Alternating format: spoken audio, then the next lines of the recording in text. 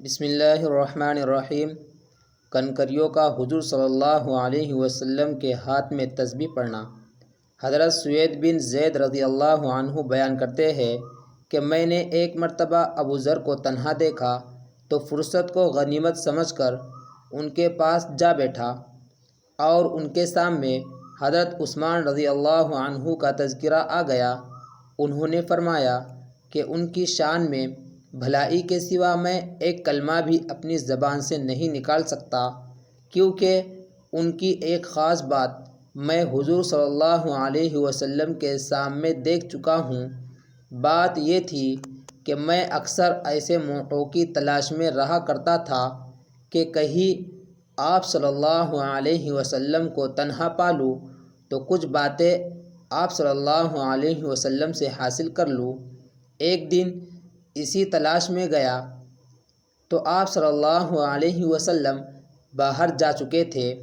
میں بھی پیچھے ہو لیا۔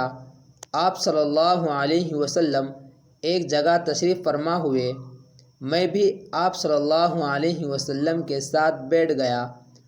آپ صلی اللہ علیہ وسلم نے پوچھا، اے ابو ذر، کیسے آئے ہو؟ میں نے عرض کیا، صرف اللہ اور اس کے رسول کے لیے یہ کہتے ہیں کہ اتنے میں ابو بکر تشریف لے آئے اور سلام کر کے آپ کے دائیں جانب بیٹھ گئے۔ آپ صلی اللہ علیہ وسلم نے ان سے بھی یہی پوچھا۔ انہوں نے بھی یہی جواب دیا کہ اللہ اور اس کے رسول کے لیے۔